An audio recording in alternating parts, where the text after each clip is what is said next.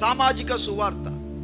ఈ సామాజిక సువార్త ఏం చెప్తుందంటే, ఈ లోకము మరి సువార్తకు వ్యతిరేకంగా ఉంది. మనం కూడా ఏం చేయాలి? మనం కూడా లోకాన్ని ఎదుర్కోవాలి. లోకాన్ని మనం ఎదుర్కోవడానికి రైట్స్ కావాలి.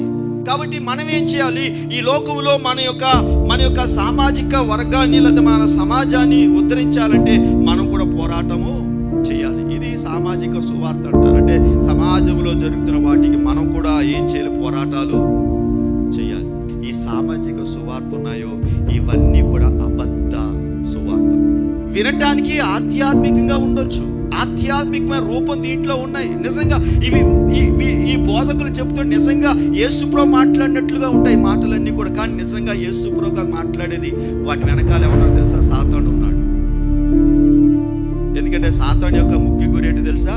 మనం దేవుని నుంచి దూరము చేయాలి. అది దేవుని నుంచి దూరం చేయడానికి వాడు దేవుని ఉపయోగించుకుంటాడు, వాక్యాన్ని ఉపయోగించుకుంటాడు. ఎవరిని ఉపయోగించుకుంటాడు? దేవుని సేవకుల వేషంలో సేవకులు వాడుకుంటాడు. వాడు అన్యులు వాడుకోడు. వాడి యొక్క ముఖ్య సూత్రం ఏంటంటే, ప్రభుని నమ్ముకున్న వాడిని ప్రభు నుంచి వేరు చేయాలి.